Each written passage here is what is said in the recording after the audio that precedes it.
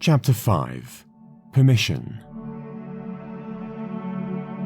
I am often credited with amazing feats during the time I was keeper of the soul of Estolia.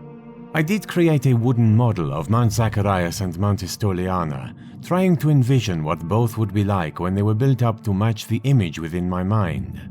I also instituted the acolyte and elder years of study.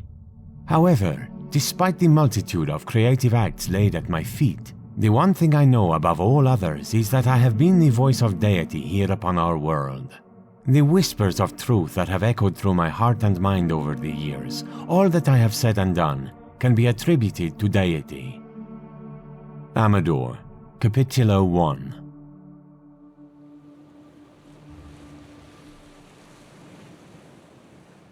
The final image that Elora gained from Zacharias' mind was the fight with the pirates, and his gratitude when the captain of the Ankh-Amun spared the young twin sons of the pirate captain.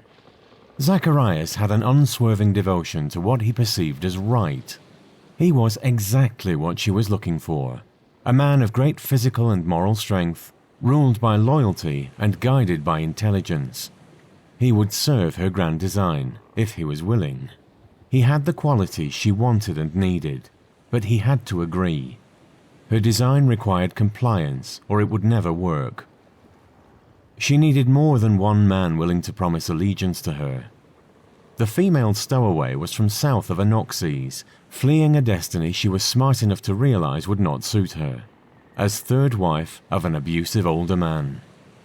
She wanted something more from her life than to merely be the object in a barter. She could serve Elora's needs. She felt the tingle of excitement and anticipation. This was it then, the two people who would be perfect for the inception of her grand design, if she could obtain the rights from the deity or deities responsible for them. Once she decided these two could beget the dynasty necessary for her grand design, her attention then turned to the other souls on board the ship. She could not meddle with the followers of any of the other deities, not without a polite request at the very least. She composed the request to lock this couple in as her chosen progenitors, if it was permissible. One last peek into their minds confirmed her choices, and she sent a request for all deities who held sway over this ship, her crew, and this region to come to a conference. A rumble of thunder in the wake of a lightning strike just off the bow heralded her request, and then the scene froze amid the sound and fury of the sudden storm.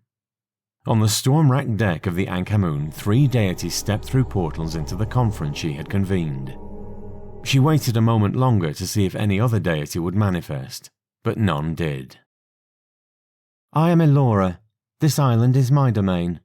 She pointed to the shadowy outline of the island off the bow.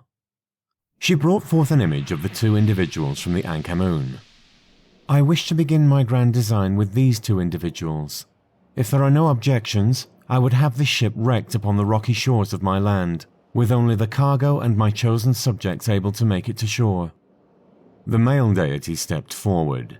He took in Elora's petite frame, short stature, golden hair and small breasts before looking at the other 2 deities. They were both more beautiful than Elora. "Territre," he introduced himself. He was as impressive a physical entity as Zacharias. "I control this sea. All upon it are within my authority.